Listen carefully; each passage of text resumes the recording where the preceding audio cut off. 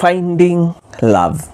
Can we agree there is nothing hard in this life or difficult in this life like finding love? Finding someone to love. Okay. Finding someone, pretending to love someone, it's very easy. Very easy. Just know their weak points, their stronghold, what they like, and give it to them. But finding love nowadays with this new generation, it's very difficult. And I always tell you, comprehend or compliment anybody who has found love, true love. Like they have found their partner and their partner have found them. Those people deserve an award. And I think we should start an award system where we will compliment the lovers, not people who are lying to us online and everywhere and around us. No, you can know the true love. By the way, they usually say the players don't know how the game is played. The fans know how the game is going because they are outside. So when you're outside, you can know, by the way, those two found each other. Are we together? So if you find love, please guard it. Another thing, I will caution you, and we talked about it when we were talking about online dating. You can never find love when you are seated at your comfort of your house. You need to get out. You need to meet with people. You need to understand people. And you cannot find love at first sight. That I lie. That is called lust. You just saw what you like. Finding love is where you accept even their weaknesses. And their weaknesses don't come in their first days. It takes time for you to learn someone. And you will kiss a lot of frogs before you find the right one. Why? Because you will learn that I cannot comprehend this, I cannot accept this, I cannot withstand this. And that is what will make you know you are in love or not. Pressure from the business. I know we are all working. If you are of age, you are working somewhere or you are working towards something. But can we differentiate between home and work? Because in reality, we are bringing business pressure and frustration back in the house. And it doesn't seem right. It doesn't seem right because, one, you went to work and now you're coming frustrated, disappointed and mad, angry. And you're speaking to everybody in the house like they wronged you. But in reality, these people were not there when the business was going south. And that's why I said, can we learn to express ourselves? Because nowadays we are finding business people who come back home angry, mad. That couple cannot be at peace. Why? Or happy. Why? Because when one partner is frustrated outside there, they bring their frustration without explanation. So you come in the house, you don't want to talk to anybody, but we don't know the issue. We don't know where it came from. So you are triggered outside there, but we become a punching bag in the house. Can we normalize to find the balance between our workplace and our home? If home, you need to come with your frustration, come willing to express what happened so that now we can walk together in this journey. Don't come angry and you expect us to understand why you are angry. You haven't spoken. Keep moving forward. For example, we are always told that keep moving. But in reality, do you know when a relationship have arguments or you have issues, sometimes there is this spirit of stagnation that you feel like you don't want to do anything without solving your things with your partner and all that. But you know, the moment you pause anything about your life, anything about your plans, anything about your visions, everything you call about your life stagnates.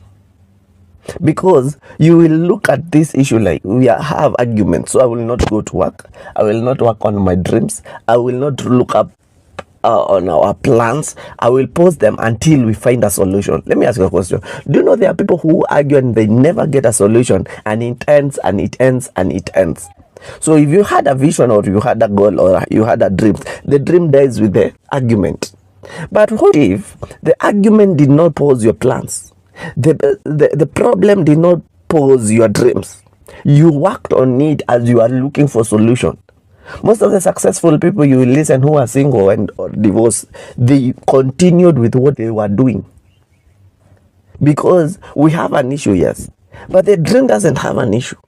So us pausing it Me posing my dream, me posing my life, it is calling on the spirit of stagnation in everything that I do. So, but I take this moment, as much as we have a problem, I continue working forward.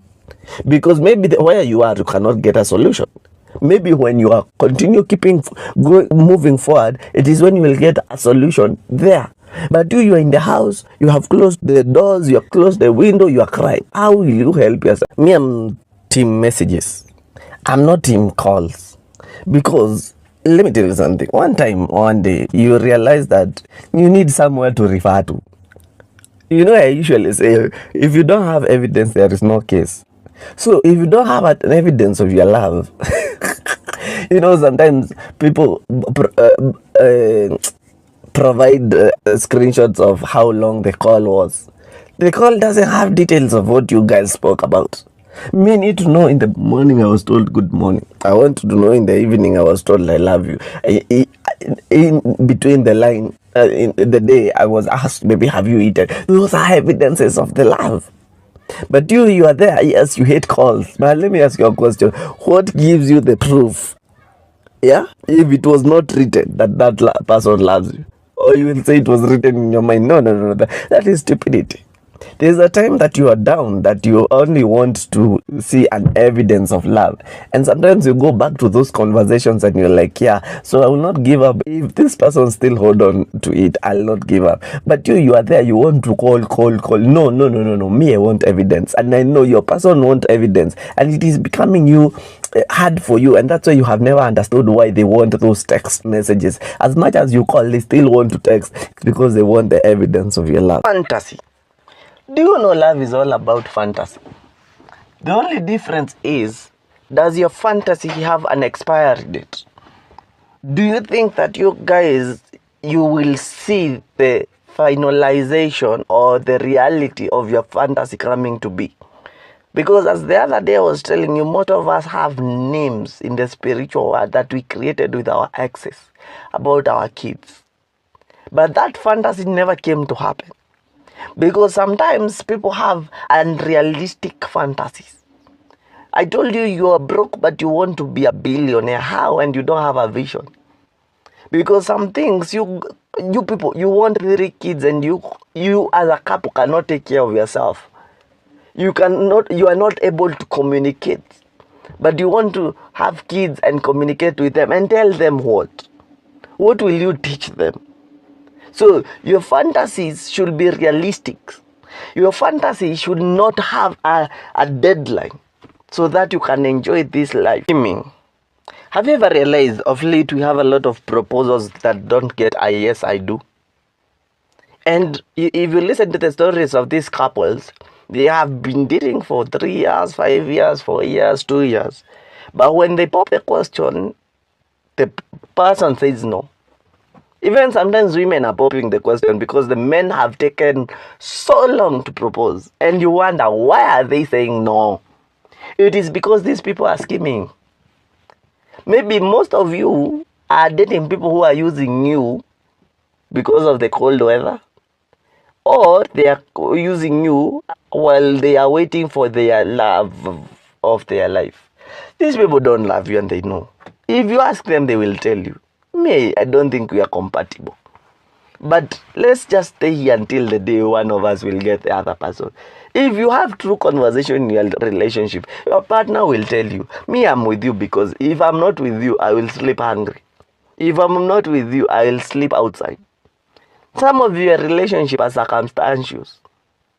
You will realize most of you are dating because of the public view, but they don't want to marry you because that is a prison of lovers. So when you pop the question is when you realize they have been scheming. It is a scheme. They just wanted the company. They just wanted the benefit. Siblings. Have you ever realized when you stay close to someone, you have a tendency of thinking you're in love with them? Because sometimes closeness makes you feel like you're in love. Of late, you hear that brother and sister are sleeping together. Some are married. Some have even kids. Some are their 911 call. And they are too close. And you wonder what is happening. It is simple.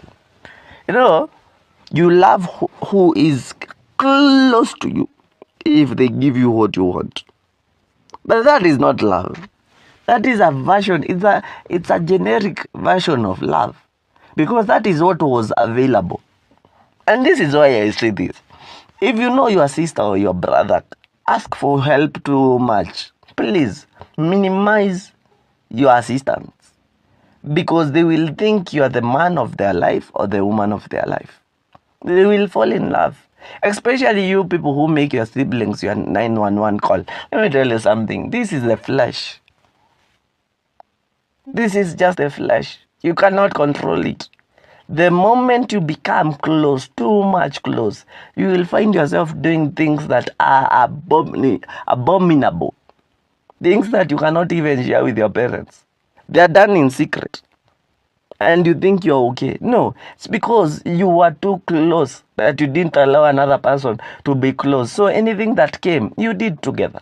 Aggressive. I don't know why you guys fight. I have never understood, because I have never fought with anyone. I hate fights. But have you ever found these people who are aggressive about life? A couple that have decided to be aggressive about life. Those people, you can do nothing to them. Because these people are prepared to do anything for the success of that relationship. That aggressiveness is what you need in your relationship. That is what you need to hit in the next milestone. But the problem is that energy that we need to hit the next milestone, we are using against each other. You want to show me how strong you are. I cannot be allowed to be shown that you are stronger than me. So there is where the violence comes in. That is where the abuse comes in. And we need to relate this. That energy that we are wasting on each other, if we took it and combined it and the unity comes, let me tell you something, years to come, if you look behind, you will be proud of your relationship. But look at now, behind you, you are usually shocked on where you are, guys, because you are not at a good place. Emotional. They say women are emotional, but I want to tend to differ, because emotions are what brings people together. I know men are logic and women are emotional. There is that debate, and I respect it. But have you ever seen a man in love? A man in love. Ooh, you know, the Bible says husbands love your wives and women submit to your husbands.